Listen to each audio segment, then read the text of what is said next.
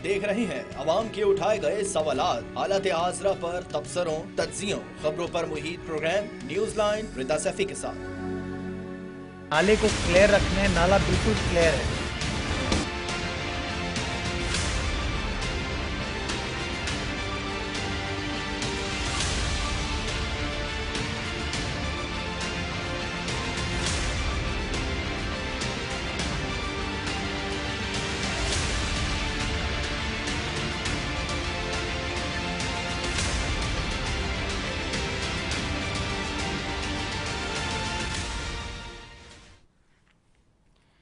नेपाल में अस्सलाम वालेकुम, मैं हूं रिदा सैफी। नेपाल में एक नौजवान तहरीक ने तारीख रकम कर दी है। जेनजीज ने सिर्फ सड़कों पर एहतजाज करके करप्ट हुकूमत को घर भेज दिया। एक ताकतवर मिसाल जो पूरी दुनिया के लिए बहुत मायने रखती है।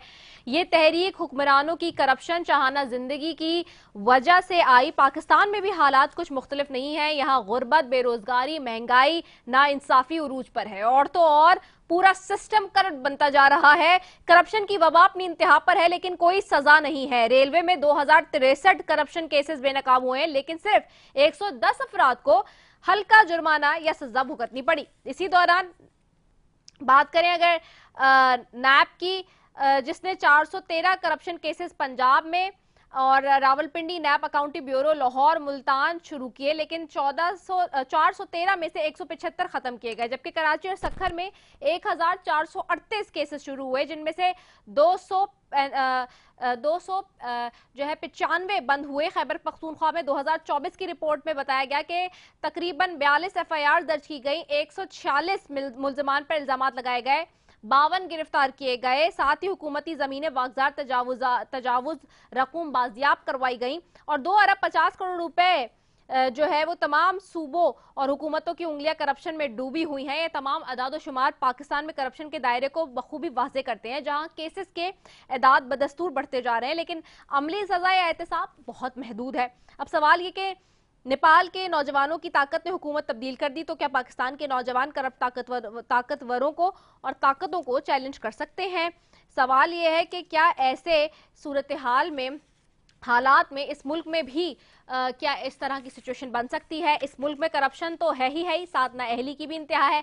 आज मुल्क का सबसे बड़ा शहर कराची, जो कि मईशत का पहिया है, जो कि पूरे पाकिस्तान को पालता है, जो कि मईशत की रीढ़ की हड्डी है, जो कि मईशत का पूरा बाजू है, जहां पर सारा मईशत का निजाम चलता है, वो फिर डूब गया है। कराची में 2 रोज से जारी मुसलसल बारिश ने शहर को पानी में डुबो दिया है। मलीर और लियारी नदियां इस वक्त रवा किनारे उबूर कर चुकी हैं, जबकि शाहराह भुट्टो का अपना जेर तामीर हिस्सा सैलाब में बह गया है और वही शाहराह भुट्टो है जो नदी के बिस्तर पर तामीर की गई, आज इस पानी का रास्ता बन चुकी है। मलीर नदी और लियारी नदी में पानी खतरनाक हद तक बढ़ चुका है, तुगयानी आ चुकी है। कई नशीबी इलाकों में घरों के अंदर कई फुट पानी जमा हो चुका है। अहले खाना महफूज मकामात की तरफ मुंतकिल हो रहे हैं। मेयर कराची एक बार फिर सड़कों पर आकर वीडियो बना रहे हैं, कह रहे हैं कि सब सही है और इत्मीनान है। क्या कहते हैं, सुनते हैं।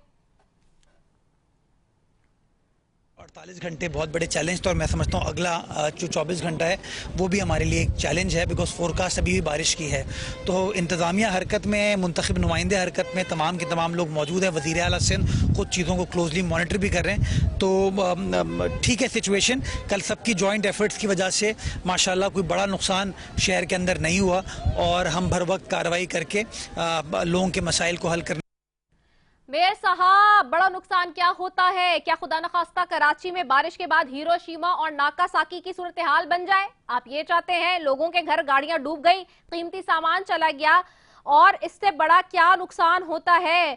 शहर की मरकजी शाहराहें, गुजरगाहें बंद हैं, स्कूल बंद हैं, कॉलेजेस बंद हैं। कोरंगी कॉजे, गोदाम चौरंगी से महमूदाबाद तक, कयूमाबाद से कोरंगी क्रॉसिंग तक की सड़कें ट्रैफिक के लिए खतरनाक या नाकाबिल इस्तेमाल है।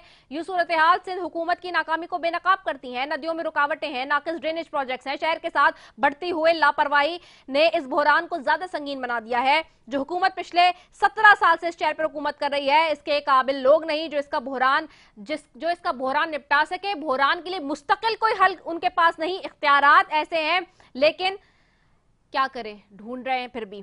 इस मुल्क के आबी माहिर एक लाइन में शहर की इस अजियत का हाल बता रहे हैं। सुने, मसूद लोहार हैं, वो क्या कह रहे हैं। ओबायो लेगून को अगर आप रिस्टोर कर लेते हो, वो तो गिजरी लगाते हैं ना मेरे ख्याल से। नहीं, ओबायो लेगून जो है ना, वो 2 तलवार 3 तलवार, हिजरत कॉलोनी, श्री जिना कॉलोनी, माई कोलाची, ये पूरा ओबायो लेगून है। अगर आप रिस्टोर कर लेते हो, फिर नैनार लेगून जो सैंडस्पिट पे है उसको रिस्टोर कर लेते हो, तो भी आप बहुत बड़ा मसला हल कर सकते हो। वहाँ क्या इशू है सैंड? लगून्स बनाने के लिए आपको तजावुजात खत्म करने पड़ेंगे, इसके लिए सख्त फैसले करने पड़ेंगे, वरना हर बार बारिश आएगी ये शहर डूब जाएगा। एक आम शहरी होने के नाते हुकूमत से सवाल कि क्या शहर की निजात मुमकिन है? क्या कराची के नकासी आपका तवील उल मुद्दती हल मौजूद है? क्या जदीद नेटवर्किंग, कुदरती नदियों की बहाली और जामे ड्रेनेज प्लानिंग से आइंदा इस तबाही को रोका जा सकता है? ये बहुत बड़ा सवाल है। दूसरी जानिब जहां ये सारा माहौल है, वहीं पर हुकूमतों की जो प्रायोरिटीज हैं वो क्या हैं? वो ये है कि आज ही की एक खबर है जिसमें ये कहा जाता है कि जी पाकिस्तान के जो शहरी हैं उनका डेटा और उनकी सिक्योरिटी जो है उसके ऊपर सवालिया निशान जन्म देते हैं। वो कैसे? वो ऐसे हैं कि ये कहा जाता है कि पाकिस्तान में लाखों अफराद के फोन टेप हो रहे हैं और इंटरनेट फाइल वॉल के जरिए निगरानी की जाने का इंकशाफ है। एमनेस्टी इंटरनेशनल की एक रिपोर्ट आई है जिसमें यह इल्जाम आयद किया गया कि पाकिस्तानी हुकाम ने शहरियों की गैर कानूनी निगरानी जारी रखे हुए है, जिसमें आम शहरी, सहाफ़ी, मारूफ सियासतदान शामिल हैं। और एमनेस्टी इंटरनेशनल की रिपोर्ट के मुताबिक पाकिस्तानी इदारे बैक वक्त 40 लाख मोबाइल फोन की निगरानी करने की सलाहियत रखते हैं। दूसरा तरीका WMS को S2 कहलाए जाने वाले फायरवॉल का, जो इंटरनेट पर 20 लाख फॉल सेशंस को ब्लॉक कर सकता है। इसी तरह एमनेस्टी इंटरनेशनल का कहना है कि निगरानी के 2 निज़ाम एक साथ काम करते हैं और एक निज़ाम कॉल्स और पैगाम सुनने देते हैं। अब सवाल ये है कि जी एक तरफ गवर्नेंस करप्शन उरूज पर है और दूसरी तरफ हुकूमतों की प्रायोरिटी क्या है, उनकी तरजीहात क्या है? या तो वो लोगों की जो है वो इस किस्म की निगरानी कर लें और इन चीजों पे अपनी एनर्जी, अपना पैसा सर्व कर लें इस तरह के प्रोजेक्ट्स पे, या फिर वो गवर्नेंस और करप्शन को दूर कर लें। इसी तरह एक और बड़ी खबर आज की ये कि वजीर आजम कहते हैं कि जी सनतकारों को जो है वो खुली छूट दी जाएगी, जिसमें अगर बात की जाए FIA की, NAP की और इन सारी जो एजेंसियां हैं जो कि क्रॉस चेक रखती हैं, उन सब के हवाले से कह रहे हैं कि NAP, FIA या FBR से तहफ़्फ़ुज़ देने का फैसला कर लिया गया है। अब इस पे भी एक बहुत बड़ा सवाल खड़ा होता है। माजी में वजीर आजम जब इमरान खान थे, PTI की हुकूमत थी, उस वक्त एक एमनेस्टी स्कीम लाई गई जिसमें रियल एस्टेट को एक तहफ़्फ़ुज़ फराम किया गया, जिसके बाद ही हम ये पूरी सूरत हाल देख रहे हैं जो ना सिर्फ कराची बल्कि ओवरऑल पूरे पाकिस्तान में बनी है, चाहे वो लाहौर हो, लाहौर से कराची हो, KP हो, कहीं पे भी हो।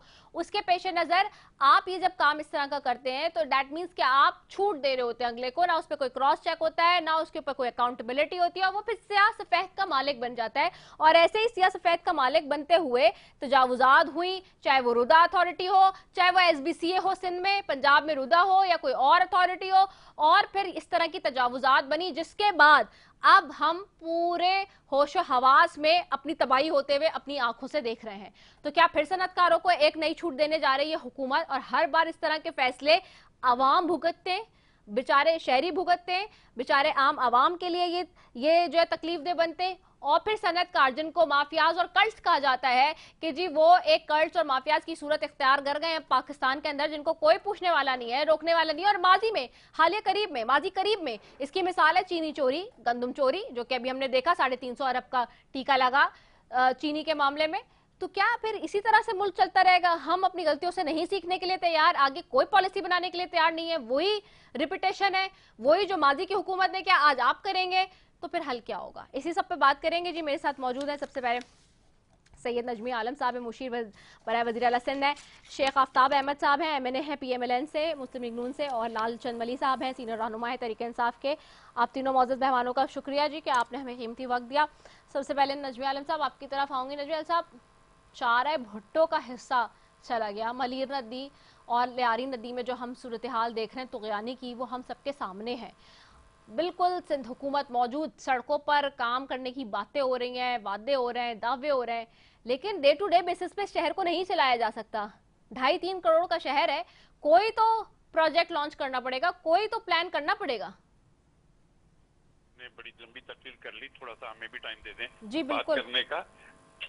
आपने शायरा भुट्टो का जो जिक्र किया है कि वो ब्रीच हुई है, आपने जगह पता है किस जगह हुई है? वो मेमन गोट के पास हुई है, जहाँ पे इस वक्त वो कंप्लीट नहीं है। एक बात आप समझें, यहाँ नहीं टूटी जितनी कंप्लीट है, इधर कोई फर्क नहीं पड़ा है, वहां पे काम चल रहा था। तो वहां पे जो पानी का प्रेशर आया, अगर वो भी हिस्सा कंप्लीट हो गया होता तो नहीं टूटता, आगे तो कहीं नहीं टूटा। जिस जगह वो अभी अनकंप्लीट हिस्सा था वहां पे ये ब्रीच हुआ है, अभी उस पे काम चल रहा था। अगर वो बारिश ना होती और आगे क्यों नहीं टूटा? मेमनगोट के पास जहाँ पे अभी काम चल रहा है उसके वो कच्चा हिस्सा टूटा है, जहाँ प्रॉपर रोड बन चुकी थी सारा ये जितने तक एयरपोर्ट तक, वहां पे कुछ भी डैमेज नहीं हुआ है। ये एक बात तो ये आप अपने पास कर लें। दूसरा आपने बोला मलिन नदी और ये सब, भाई ये नदियों में ही पानी जाएगा ना, और कहाँ जाएगा? मलिन नदी या आपका ये जो लियारी नदी जो है जो समुद्र में जाती है, पानी इसी से शहर का मेनली निकलता है ना। पानी जब केरकर के पहाड़ों में जब बारिश ज्यादा हुई है तो उसका असर वो पानी भी वापस कराची की तरफ आता है, थर्डो डैम से होता हुआ आता है। तो ये एक नेचुरल फ्लो है, उसको आप रोक तो नहीं सकते ना कि भाई अब लोग कह रहे हैं कि जी वो पूरी मलिर नदी भर गई है, वो ओवरफ्लो हो रही है। भाई बारिश ज्यादा हो रही है, पानी ज्यादा आ रहा है तो वो नदी तो भरेगी ना। अब हम ये कहें कि पंजाब में दरियाओं में से जो लोग इतने डूब गए, भाई पानी ज्यादा आया तो वो वहां पे लोगों का हुआ ना। ये तो कोई बच्चों वाली बात है कि जी मलिर नदी भर गई है। अच्छा, जहां तक ये जो है क्या कहते हैं आपका लियारी नदी जो है, अगर मैं मानता हूं कि यहाँ पर लोगों ने गलत घर बनाए हुए, अभी गवर्नमेंट ने हजारों घरों को पेमेंट की, पैसे दिए, प्लॉट दिए कि भाई आप लोग यहाँ से शिफ्ट हो जाएं। कुछ हो गए, कुछ अभी भी बाकी हैं, लेकिन गवर्नमेंट तो कर रही है कि भाई वो जगह खाली करें आप लोग। महमूदाबाद में ये जो नाला है, इसको साथ वहां पे जो थी वो तोड़ी गई जगहें, वहां लोगों को कंपनसेट किया गया, हालांकि उनको नहीं करना चाहिए था, उन्होंने गलत जगह घर बनाए थे, लेकिन सिंध गवर्नमेंट ने उनको भी कंपनसेट किया। तो ऐसी बात नहीं है कि वो नहीं कर रहे हैं। और मैं फिर कहूंगा कि शायरा भुट्टो का बार बार मैं बड़ी देर से जिक्र सुन रहा हूँ, कोई जाके सिर्फ ये देख ले कि जिस जगह वो टूटी है उसकी जो बेस बही है वहां पे अभी काम कंप्लीट नहीं हुआ था, आधा काम था, पानी आ गया, उसकी वजह से वो डैमेज हो गई। उससे इधर तो कहीं शायरा भुट्टो में डैमेज नहीं हुई, यहाँ से एयरपोर्ट तक। तो खाली बात नहीं कहने से, और ठीक है शहर का इशू है, बहुत बड़ा इशू है ड्रेनेज का हमारा। देखिए बात यह है कि हमारे ड्यू कोर्स ऑफ टाइम, ये कोई 1-2 साल में नहीं, ये 30-35-40 साल में एक गलती शहर में हुई है कि हमारे जो स्ट्रॉन्ग वाटर ड्रेन्स थे उसमें सिवरेज शामिल कर दिया। इसमें वाटर बोर्ड भी कसूरवार है, जो भी हो, लेकिन हमें अब आइंदा फ्यूचर के लिए अपना सिवरेज सिस्टम इन जो स्ट्रॉन्ग वाटर ड्रेन्स हैं, मेन में नालों की बात नहीं कर रहा हूँ, लेकिन जो गली मोहल्ले में जो ड्रेन्स हैं इसमें से सिवरेज सिस्टम निकालना पड़ेगा। और अभी एक साहब बात कर रहे थे 3 तलवार और इधर की, मैं तो यहाँ का यूसी चेयरमैन हूँ, सुबह से देख रहा था मेरे इलाके में कहीं पानी नहीं भरा। मेरे क्लिफ्टन बिल्कुल शीरी जना वगैरह में थोड़ा जिस वक्त तक तेज बारिश हो रही थी थोड़ा पानी था रोडों पे, उसके बाद अगले 2-3 घंटे में खत्म हो गया पानी। और ये सारी चीजें हमें करनी है। और जहां तक करप्शन की बात है, बिल्कुल पाकिस्तान में करप्शन का लेवल बहुत हाई है, लेकिन हमें सिर्फ एक सेक्शन को नहीं देखना है। आपने बात की नेपाल की के नौजवानों ने हुकूमत गिरा दी, ठीक है, अच्छी बात है, वो खड़े हुए, यहाँ पे भी करना चाहिए, लेकिन हमें नौजवानों को गाली गलौज पे नहीं लगाना है, हमें नौजवानों को किसी कंक्रीट काम पे लगाना है। हमारे यहाँ नौजवानों को गाली गलौज की सियासत में डाल दिया गया कि वो सिर्फ गालियां देने पे लग गए, उससे हमें अपने नौजवानों को बचाना है। और बिल्कुल अच्छी बात है कि नौजवान नस्ल आगे आए और आके पाकिस्तान की सियासत में हिस्सा ले और अपनी जगह बनाए, इसमें कोई नहीं है, बिल्कुल होना चाहिए। हम मुस्तकिल कुछ कर रहे हैं। अभी ये इतना क्लाइमेट चेंज की वजह से इतना बड़ा डिजास्टर हुआ है कि पूरा पाकिस्तान इकोनॉमिकली भी हिल गया है। हमें इसका अगली दफा होने से पहले मैं समझता हूँ सारे सूबाई गवर्नमेंट्स को, फेडरल गवर्नमेंट को, और मुझे यकीन है कि प्राइम मिनिस्टर साहब भी, पूरा पाकिस्तान ही इसको सीरियसली लेगा कि आइंदा सालों में ये चीजें फिर आएंगी तो इसको हम कैसे बचें। अगर हमने नहीं किया, हमारे पास सबसे बड़ा मसला हुआ है कि केपीके में इतना शदीद जंगलों को काटा गया है कि उसकी वजह से तबाही हो गई है कि आपका सारा क्लाइमेट चेंज, जो मेनली जंगल वहां है केपीके में, सिंध में इतने नहीं है, पंजाब में भी हैं, लेकिन केपीके मेन हमारा जंगलात का एरिया है, जिधर हमने जंगलात का बेड़ा गर्क कर दिया है केपीके में। अगर मुझे इतने पता नहीं, हमने बिलियन ट्रीज का सुन रहे थे, वो बिलियन ट्रीज लगे नहीं, बिलियन कट गए।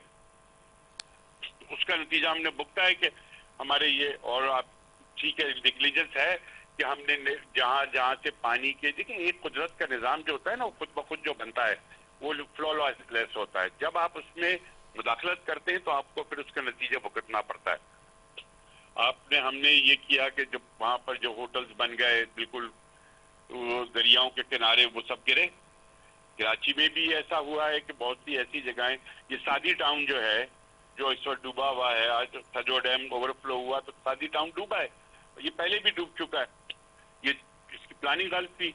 नया नाजाबाद पानी को इतनी बड़ी प्राइवेट सोसाइटी की गवर्नमेंट ने तो नहीं डिजाइन की थी, लेकिन उसमें भी पानी का मसला हुआ। ये हैं इश्यूज कराची शहर के, बल्कि पूरे पाकिस्तान के हैं। इसको हमें पॉलिटिकलाइज न करने के बजाय एडमिनिस्ट्रेटिव नजर से देखना होगा। अगर हम एडमिनिस्ट्रेटिव नजर से देखेंगे तो हम इस मसले को हल कर पाएंगे। जो आज पाकिस्तान भुगत रहा है कि हमारी फसलें तबाह हो गई हैं, उसका नतीजा आएगा कि महंगाई होगी, इसमें कोई शक नहीं है। लेकिन हमें इसको अगर हम वाकई सीरियसली इस मुसीबत से पाकिस्तान को निकालना चाहते हैं तो हमें कोई ब्लेम गेम से निकलना होगा कि मैं कहूँ कि जी फला पार्टी ने ये की हुकूमत थी, उन्होंने कर दिया, वो कहें कि जी शहबाज शरीफ साहब हैं तो उन्होंने कर दिया। सिंध में 17 साल से पीपल्स पार्टी गवर्नमेंट है, सिंध के लोग हमें, अगर हमसे नाराज होते तो हमें इतनी दफा इक़्तिदार में नहीं लाते, भगा देते हमें, अगर हमने सिंध के लोगों की खिदमत नहीं की होती। अभी भी सिंध में इसी सैलाब, जो पिछले सैलाब के बाद से 21 लाख घर बन रहे हैं, 21 लाख घर बन रहे हैं जो जमीन से काफी उठा के बनाए गए ताकि आइंदा के लिए लोग, सैलाब जब आए तो वो लोग मुतासिर ना हो। तकरीबन कई लाख लोगों को तो मिल चुके हैं घर, और मुस्तकिल वो घर बन रहे हैं। और दुनिया में इससे बड़ा प्रोजेक्ट रहाइश का कभी नहीं बना है कि 21 लाख घर बना के आप लोगों को दे रहे हैं, और वो गवर्नमेंट फ्री ऑफ कॉस्ट दे रही है, सिंध गवर्नमेंट।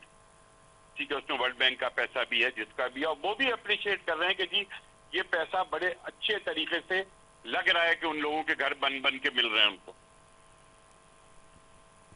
ठीक है, शेख आफ्ताब साहब आपकी तरफ आऊंगी। शेख आफ्ताब साहब, कराची मईशत का पहिया है, पूरा मुल्क कराची चलाता है, लेकिन कराची की ओनरशिप क्या है वो आपने खुद देखी होगी, आपकी स्क्रीन पे आप देख रहे होंगे टीवी में भी आज की क्या सूरत हाल है इस वक्त। सिर्फ हम बातें करते हैं बहुत अच्छी के, और फिर अब तो ये हालात हैं कि मीडिया को जो है वो आगे से जो है वो डांटा जा रहा है कि जी आप हाईलाइट ना करें चीज़ें, आप बताएं ही नहीं, और अगर मीडिया सवाल कर ले, जेन्युइन सवाल भी कर ले, तो उस पर भी परेशानी लाहक है। अब सवाल यही है कि लोग मर रहे हैं, लोगों के हालात बिगड़ रहे हैं, और अभी ये पानी जो घरों में घुसा है, या वो पानी जो जहां भी कहीं भी, पंजाब हो, सिंध हो, कराची हो, कहीं पे भी ये पानी जिन जिन सोसाइटीज में गया है, डेफिनेटली वहां की बेसिस उसने कमजोर कर दिए हैं। अगली दफा जो माहिर मौसमियात हैं, जो एक्सपर्ट्स हैं, वो ये बताते हैं कि अगली दफा ऐसी बारिश आएगी तो ये पानी घरों में घुसेगा नहीं, इन इंफ्रास्ट्रक्चर्स में, ये पानी इंफ्रास्ट्रक्चर्स को ले जाएगा, जिस तरह केपी में ले गया है। क्योंकि अब अगली बारी ये होना है, क्योंकि बेसिस हो गई है कमजोर, पानी खड़े में, पानी निकल नहीं रहा है। और ना सिर्फ पानी, बल्कि हम देखते हैं कराची में तो इंफ्रास्ट्रक्चर ही पूरा खराब है। मैं अभी जितनी गलियों में से गुजर कर आ रही हूँ अपने ऑफिस तक, मेरे घर से मेरे ऑफिस का जो रास्ता है वो तकरीबन मेरे ख्याल से 6-7 किलोमीटर का भी नहीं होगा, और मैं अपने वहां से यहाँ तक पहुंचने में मुझे पता है कि मुझे आधे घंटे से भी ज्यादा का टाइम लग गया, जहां 10 मिनट का रास्ता होता है। तो आप सोचिए ऐसी सूरत हाल में आखिरकार इंसान करेगा तो क्या करेगा। जी मैडम, आपने बहुत से सवाल एक वक्त उठाए हैं। बात यह है कि देखिए, ये कुदरत की जो आफत होती है,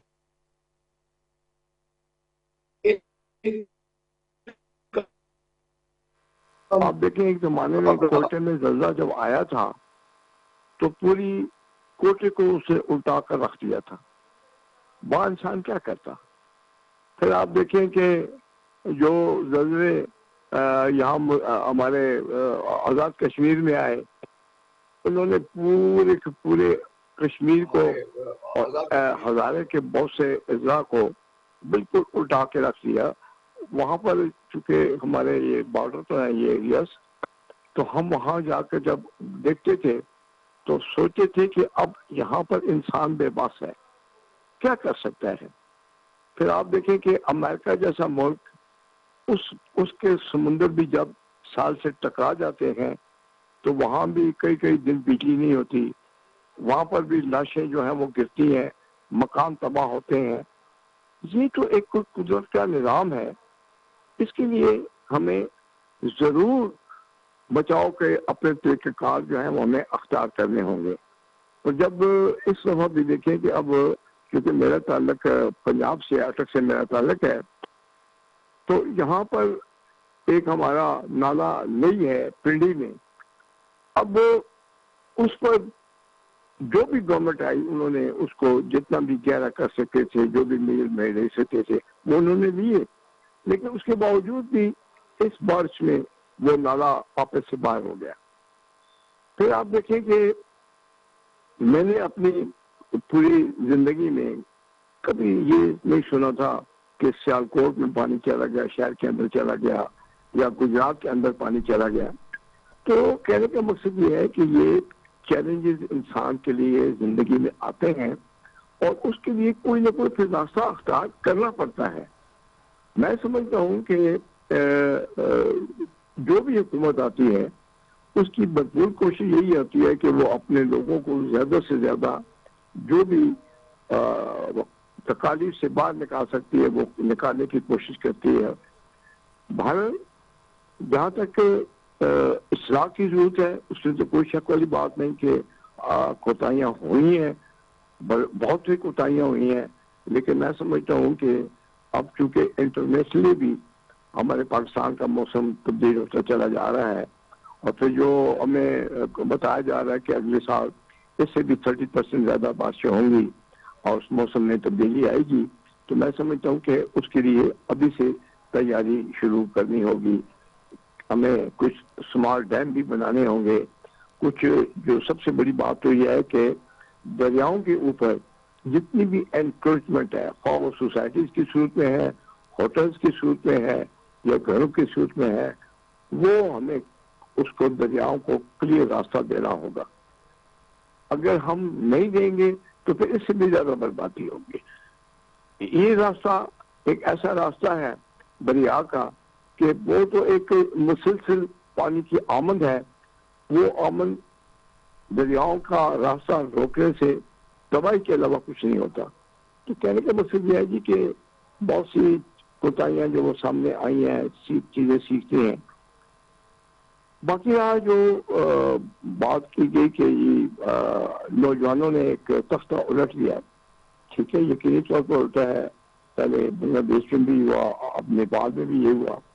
देखिए नेपाल में 240 साल तक बारिश आती रही, एक कंटिन्यूस एक प्रोसेस चलता रहा, और जब बादशाह खत्म हुई तो उसके बाद 17 सालों में कोई भी हुकूमत स्टेबल ना हो सकी।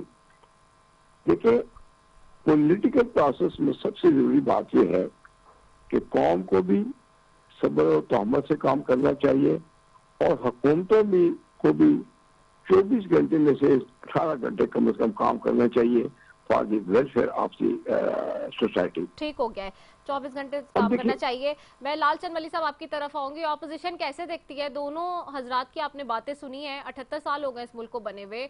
आपको कुछ नजर आ रहा है निजाम में तब्दीली? हम देखते हैं श्रीलंका, बांग्लादेश, इंडोनेशिया और अब हम देख रहे हैं नेपाल में ऐसी ही सूरत हाल है, कमोबेश पाकिस्तान जैसी ही। वहां पे भी लोगों की बस हो गई है, पाकिस्तान में भी लोगों की बस हो गई है। हुकूमतें बैठी हुई हैं, सारे पावर, इख्तियारात, पैसा सब कुछ है, लेकिन उसके बावजूद किस किस्म के जवाब देते हैं, हैरानी और परेशानी है। रिता बहुत शुक्रिया। सबसे पहले तो ये जो सैलाबी सूरत हाल है उसका कोई एक एस्पेक्ट नहीं है, उसका एक इंटरनेशनल एस्पेक्ट है, एक नेशनल एस्पेक्ट है, एक लोकल एस्पेक्ट है। तो आप देखेंगे जो भारत ने जो इंडस रिवर सिस्टम ट्रीटी जो है वो मुअत्तल कर रखी है। हम समझते हैं या पाकिस्तान समझता है कि वो भी एक वजह बनी है कि भारत से इतना ज्यादा पानी रावी में, चिनाब में, झेलम में इनमें छोड़ा गया है, जिसकी वजह से ये सूरत हाल बड़ी एग्रीवेट हुई है। और यकीनी तौर पर इस पे जो अर्बनाइजेशन हुई है, जो डिफॉरेस्टेशन हुई है, ये सारे मसाइल इसमें मौजूद हैं। इस वक्त 45 लाख के करीब जो लोग हैं वो खुले आसमानों के नीचे हैं। वो एक रिलीफ के लिए इस हुकूमत से जो है वो एक्सपेक्ट कर रहे हैं, वो उम्मीद कर रहे हैं कि उनको ये जो रियासत है, जो रियासत माँ के जैसी होती है, उनकी तकालीफ में उनकी कोई मदद करेगी। 16 लाख के करीब मवेशी जो है वो बह गए हैं पानी में या मुतासिर हुए हैं। लाखों लोग जो घर हैं वो इनंडेड हो गए हैं। अब ये सारी सूरत हाल, एक तो कुदरती आफत आती हैं, लेकिन उसका जवाब जो है वो रियासतें कैसी देती हैं वो देखने की चीज होती है। अब हमारे पाकिस्तान में 4 प्रोविंसेस हैं जिसमें 3 में इस वक्त सैलाब या बारिशों की वजह से मसाइल हुए हैं। केपी में जो फ्लड आया वो फ्लैश फ्लड था, वो इस तरह नहीं था जैसे पंजाब में और सिंध में पहले जो एक्सपेक्ट किया जा रहा था कि ये सारा ये सैलाब या इतना पानी आएगा। वहां पे ये सब कुछ क्लाउड बस्ट हुए और ये अचानक हुआ। लेकिन वहां पे मैं आपको केपी की हुकूमत की एक परफॉर्मेंस बताता चलूं। वहां पे 428 लोगों की जो है मौत हुई, उनको 718 मिलियन रुपए डिस्बर्स कर दिए गए, उनको मुआवजा दे दिया गया। 227 जो है वो जख्मी हुए हैं, उनको 50 मिलियन रुपए मुआवजा दे दिया गया है। 623 घर जो है वो गिर गए, उनको 548 मिलियन रुपए उनको दे दिए गए हैं। 1040 शॉप्स गिरी तो उनको 472 मिलियन रुपए उनको डिस्बर्स कर दिया। ये बात नहीं की है केपी हुकूमत ने कि हम देंगे, हम वादा करते हैं, लेकिन उन्होंने वादा भी किया, वो 15-20 दिन भी नहीं गुजरे हैं, उन्होंने ये सब कुछ दे दिया है। अब दूसरी तरफ आप पंजाब में देखें तो इतने बड़े इलाके में जो लोगों के क्रॉप्स है, कोई 12-13 लाख एकड़ पे तो लोगों के क्रॉप्स भी जो है, फसलें जो है वो भी बर्बाद हो गई हैं। उनको खाने पीने के लिए चीजें नहीं है। एक तो बेचारा रो रहा था, आज आपके टीवी चैनल्स वो दिखा रहे थे कि एक खातून बेचारी जो फंस गई थी, उसके लिए जो प्राइवेट कश्ती वाले थे वो 50,000 रुपए मांग रहे थे। तो हम इतना भी नहीं कर पा रहे हैं उनको कि हम उनको प्रॉपर रिलीफ दें और रेस्क्यू करें। रिलीफ तो अभी बहुत दूर की बात है। पंजाब में किसी को 1 रुपए का भी कंपेंसेशन नहीं दिया गया। मेरे भाई साहब जो है वो कह रहे थे कि ये कराची में जो इश्यू हुआ है, कराची में जो तबाही मची हुई है इस मॉनसून में, वो उसमें कोई केपी का के जो डिफॉरेस्टेशन हुई है उसका इशू है। भाई केपी का कराची में एक बूंद पानी नहीं आया। 16 साल से इनका एक ही रोना होता है कि ज्यादा पानी आता, ज्यादा बारिश होती है तो ज्यादा पानी आता है। इनके यहाँ जो भुट्टो की शारा बनी है, ये 50 बातें जो कर दें, लेकिन ये तो वो बह गई है, सादी टाउन डूब गया है, सारे रोड डूब गए हैं, लाखों के तादाद में जो गाड़ियां मुतासर हुई हैं, गाड़ियां खराब हुई हैं। ये 1 साल से नहीं हो रहा, जब भी बारिश आती है तब ये होता है। और 16 साल मुसलसल हुकूमत में, और सिंध तो खास तौर पर यतीम खाना है। ये कराची की बात नहीं है, ये हैदराबाद में भी ऐसा ही है, मीरपुर खास में भी ऐसा ही है, सक्खर में भी ऐसा है। गटर उबले हुए हैं। आपका एक शहर ऐसा नहीं है सिंध का जो आप कह सके आइडियल है और वहां पे कुछ बेहतरी आई है। अभी कहते हैं कि PMLN जो है, सबसे बड़ी बात, 7 लोग तो कल के दिन में या अब तक जो है उसमें हलाक हो गए हैं। इसमें सारे बारिशों में, सिर्फ कराची में तो दर्जनों लोग सिंध में भी जो है अपनी जान गंवा बैठे हैं। उनके लिए कोई मुआवजा नहीं दिया गया है, कोई नुकसान हुआ है उसका मुआवजा नहीं दिया गया है, ना ही अभी तक उसका कोई ऐलान किया, कोई नजर किया हुआ आता है। मैं इसलिए कहता हूं कि सिंध में तो डबल तबाही होती है। एक कि भाई सिंध में जो हुकूमत है उसकी नाअहली होती है, और फेडरल हुकूमत नाअहल भी है। और फिर फेडरल हुकूमत कहती है कि भाई सिंध को तो हम उनका बजट दे देते हैं, कराची या सिंध का कोई भी शहर हमारी कोई जिम्मेवारी नहीं है।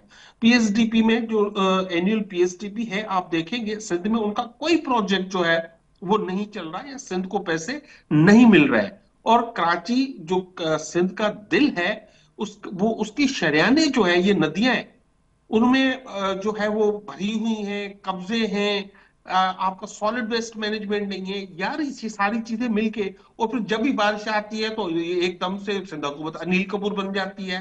बड़े फोटोशूट्स होते हैं बड़े के, वो जो मेयर साहब ने यहाँ बैठ के न्यारी खा ली है, CM साहब ने ये कर दिया है। तो ये शहर के लोगों के जख्मों पे जो है वो नमक डालने के बराबर होता है। जो पहले बात की कि वो सिंध में इतने घर बन रहे हैं, ये जरा बताए ना 21,000 घर सिंध में कहां बन रहे हैं? ये पाकिस्तान की आवाम को दिखाए, 21,000 को छोड़े 21 तो दिखा दे भाई। इन्होंने जाके पेरिस में डोनर्स कॉन्फ्रेंस की, उन्होंने जो पैसे कमिट किए, उन्होंने कहा प्रोजेक्ट शुरू करें तो हम आपको पैसे देंगे, वो प्रोजेक्ट तक शुरू नहीं हुआ है। और जब भी यहाँ पर ये मुसीबत आती है तो जो मौका परस्त होते हैं, जो लोग होते हैं, वो अपनी कहानी शुरू कर देते हैं। कोई इमरान खान साहब ने 11 अरब रुपए का 1100 अरब का वादा सर, किया एक था। मिनट सुने, मैंने आपकी बात सुनी ना, आप मेरी बात सुने, आपकी बात मैंने सुनी, आप मेरी बात सुने। कराची को इमरान खान ने चले नहीं दिया ना, आप सुने सही, मेरी बात तो सुने ना। आप एक मेहरबानी फरमा दें, आप प्राइम मिनिस्टर रहे, कराची से वादा करके गए, आपका रवैया ये है, आपका ये रवैया जाहिर करता है कि आप गैर जमहूरी लोग हो, आप काबिज हो। कराची से आपने और एमक्यूएम ने एक सीट नहीं जीती, जबरदस्ती आके आपको ये सीटें दी गई हैं, तो जाहिर बात है शहरों के हालात ऐसे होंगे।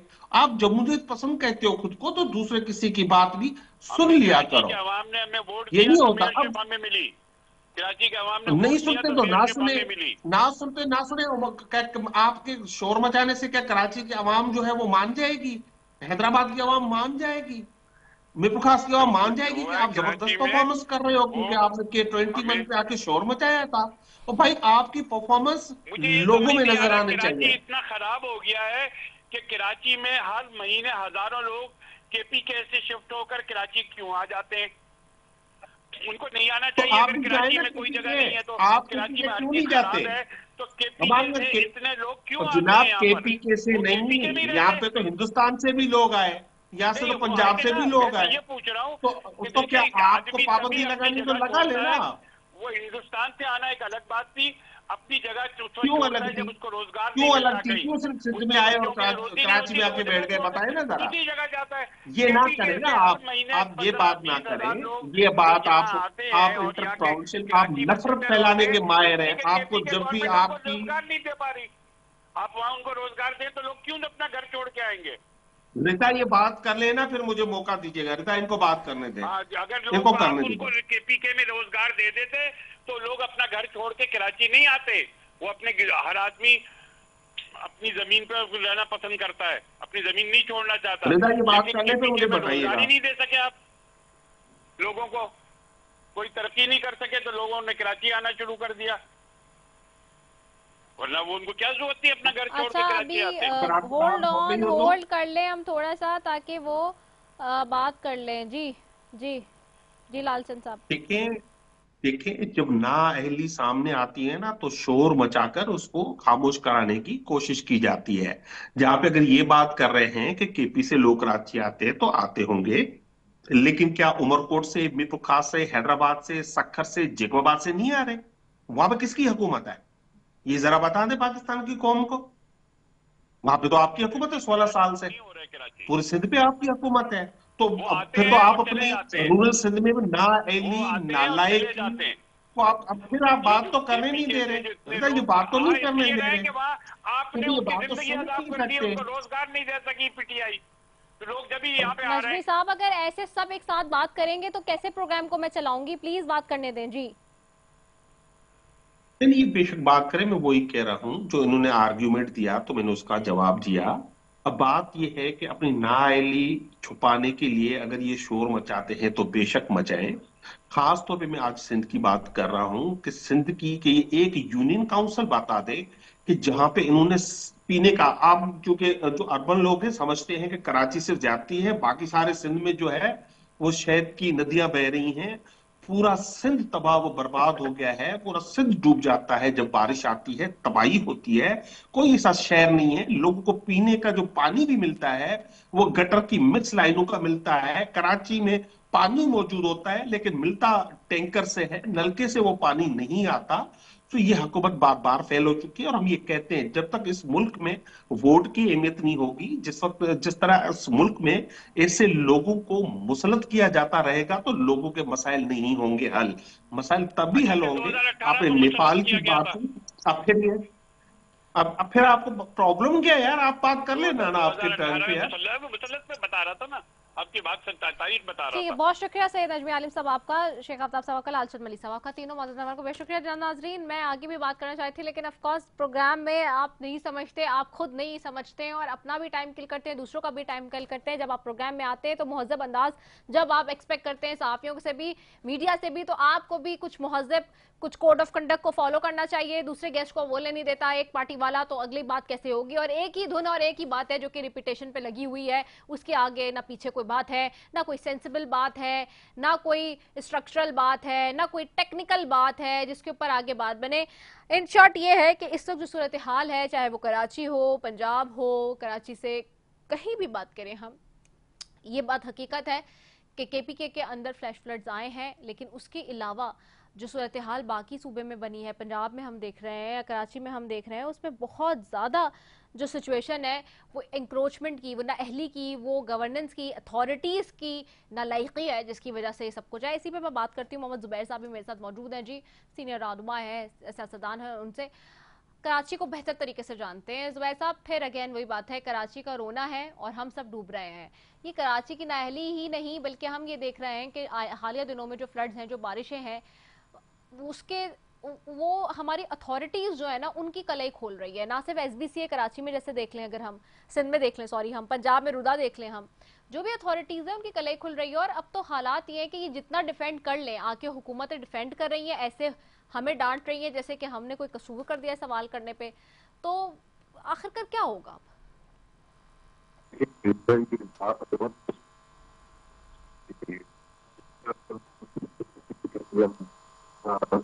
बड़ी एक राउंड कर दिया। आपकी आवाज कट रही है बहुत ज्यादा ज़ुबैर साहब। हेलो हेलो जी जी जी जी, देखें, बेसिक हमारे जो टोटल निज़ाम है ना, ये रॉटन हो गया पूरे पाकिस्तान में और ख़ास तौर पर कराची में। क्योंकि ये जो फ्लड्स आए हैं, कराची वालों को तो तकरीबन महीना पहले पता था ना, क्योंकि आप खुद अंदाजा करें कि KP में कब स्टार्ट हुआ था, फिर पंजाब, आज़ाद कश्मीर वगैरह। दे हैड 1 मंथ, एक दिन बारिश हुई 19 अप्रैल को, उस दिन जो थोड़ी सी बारिश हुई उसने तबाह कर दिया शहर को। उसके 3 हफ्ते के बाद हुई। हम रोज देख रहे थे सिंध की हुकूमत को, मेयर को, जा रहे हैं जी ये हमने कर दिया, वो कर दिया। कल बारिश शुरू हुई है शाम को और आपने रात तक खशर देख लिया तो पूरा शहर डूब चुका था। एंड इट जस्ट शोज कि पूरा जो हमारा निज़ाम है ना वो कोलैप्स कर चुका है। हमारे जो लीडरशिप है उसमें ये अहलियत ही नहीं है कि वो ये सोच सकें। एक तो सेंसिटिविटी नहीं है, क्योंकि जो डूबना होता है, जिन्होंने तबाह होना होता है, जिसके सब कुछ चला जाता है, वो आम पाकिस्तानी अवाम है। और हुकूमत या उनके जो सपोर्टर्स हैं वो स्टॉक एक्सचेंज की बार बार रेफरेंस दे रहे हैं, ये नहीं बताते कितने लोग डूब गए, कितने लोग बेघर हो गए। कराची फाइनेंशियल हब है पाकिस्तान का। जब उसके आप विजुअल्स देखते हैं बैठ के तो आपको अफसोस होता है कि अगर फाइनेंशियल हब की ये हालत है, और मेन आर्टरीज आप देखिए, शाहराह फैसल को मेरे ख्याल को रिपोर्ट इलाके में नहीं है। It is one of the most important arteries of Karachi, जो कराची एयरपोर्ट को जोड़ता है पूरे शहर के साथ। अब उसका ये हाल है। पंजाब में आपने देखा जगह जगह कितना प्रॉब्लम हुआ है। अगर हम एक सिंपल, और हमने वो कहते हैं ना blame it on the skies, या हम एक बज़वर्ड आ गए कि क्लाइमेट चेंज। क्लाइमेट चेंज तो अगर हुआ है तो आपने पहले तैयारी क्या की? आपकी अर्ली वार्निंग सिस्टम है, आपका डिजास्टर मैनेजमेंट सिस्टम है। आपको 2022 में जब UN स्पॉन्सर्ड कॉन्फ्रेंस हुई उसमें 11 बिलियन डॉलर की आपको डोनेशंस कमिट हुई थी, और उसमें से मिली कितनी है? 3-3.5 बिलियन। बाकी इसलिए नहीं मिली कि आपने अपना जो काम था, जो प्रपोजल्स देने थे, जो टेक्निकल बुनियादों पर प्रोफेशनल तरीके से, वो आपने दिए ही नहीं। ज़ुबैर साहब, उसमें तो ये भी है ना, जो मैं समझ रही हूँ, जो मैं ऑब्जर्व कर रही हूँ, क्योंकि आपको पता है तो फॉरेन अफेयर्स की वजह से हमारी भी बहुत ज़्यादा जो है वो डिस्कशन रहते हैं सारे फॉरेन डिग्निटरीज के साथ।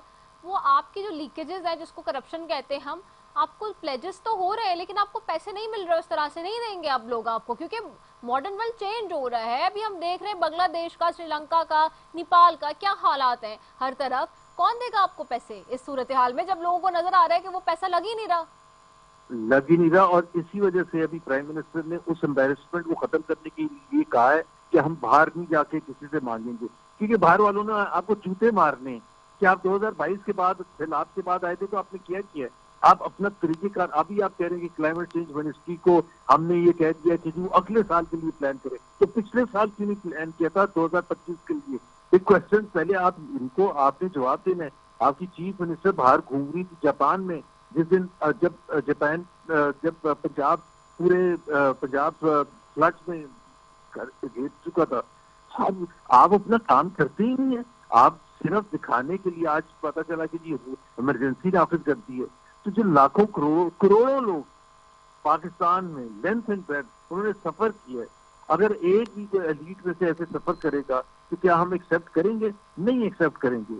तो ये जो है मुझे तो कोई उम्मीद नहीं है।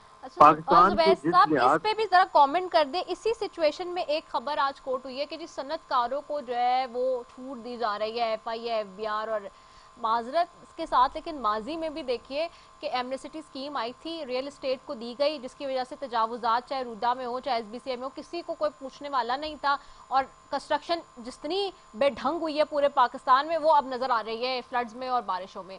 तो क्या ये भी हुकूमत की इस तरह भी कोई पॉलिसी होनी चाहिए? क्या ये ठीक है कि जी आप बिल्कुल ही छूट दे दें, कोई अकाउंटेबिलिटी ना हो, कोई क्रॉस चेक? कौन से मुल्क में होता है ऐसा?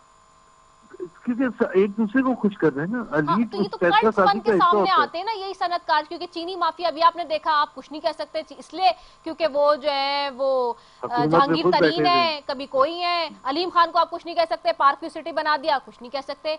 तो भाई ये तो कर्ज है ना फिर सारे। इसलिए भी कह सकते कि क्योंकि अप्रूवल हुकूमत में लोग बैठे जो है उन्होंने ये अप्रूवल दी थी ना। अलीम खान ने गन पॉइंट पता नहीं अप्रूवल ली थी, तो अलीम खान भी उतनी एक हुकूमत का बंदा, किसी को यही तो एक पाकिस्तान में समझ नहीं आती है कि जो लोग हुकूमत में होते हैं उनको बिजनेस नहीं करनी होती है।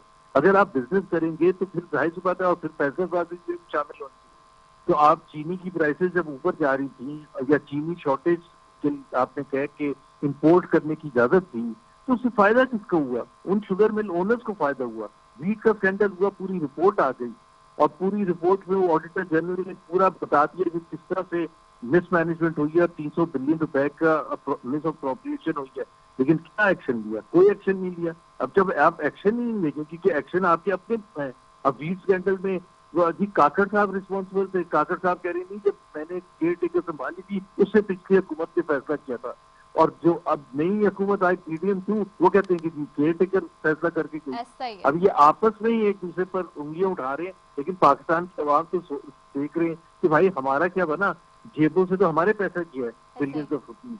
अच्छा, पर ये बात कहने में गलत नहीं होगा अगर मैं आज का समराइज करूं प्रोग्राम के, ठीक है फिर तो कोई किसी को उठा के बिठा के किसी को भी ले जा के ला के कब्जे कर ले जितने करने, लेकिन पानी अपना कब्जा वापस ले लेगा। क्योंकि अब ये माहिरीन कह रहे हैं, बड़ी शॉकिंग, आज मैं कुछ माहिरीन की से बात करी थी, रिवील कर रहे हैं कि जिस तरह केपी में फ्लैश फ्लड्स की सूरत में पूरी जमीनें चली गई हैं, इसी तरह से अब जिस तरह कराची और लाहौर में जिन जगहों पे पानी आया है, जहां पानी खड़ा हो गया है जिन घरों के अंदर और सारे, उसमें अगली दफा जब पानी आएगा तो ये पूरा इंफ्रास्ट्रक्चर ले जाएगा। अभी तो पानी आया है क्योंकि ये बेस इतनी ज्यादा खत्म हो गई है, वीक हो गई है कि अगली दफा ये इंफ्रास्ट्रक्चर खुद ही ले जाएगा, तो आपके फिर तजावुजात खुद ही बह जाएंगे सारे, ऐसे ही सब बह जाएंगे ना। देखे ना उसे किसका, जो जब तक आप सेंसिटिव ना हो, आप मेरिट पर लोगों को ना लगाएं, आप वो फैसले साजी ना करें जो कि बर्बक्त हो और जिससे आप अगले देखें ना, जब आप कहते हैं climate change Pakistan is subject to climate change, बिल्कुल सही बात है। तो फिर उतनी ज्यादा जरूरी है कि आप रिस्क एनालिसिस करें, उतनी ज्यादा जरूरी है कि आप डिजास्टर मैनेजमेंट सिस्टम लगाएं, अर्ली वार्निंग सिस्टम लगाएं। कि जब आप खुद कह रहे हैं कि जी क्लाइमेट चेंज से पाकिस्तान बहुत ज्यादा अफेक्ट हुआ है, फिर आप ये बताएं ना आपने किया क्या? आप ये कहते हैं I am going to blame it on the sky कि वहां से बारिशें कितनी होती थी।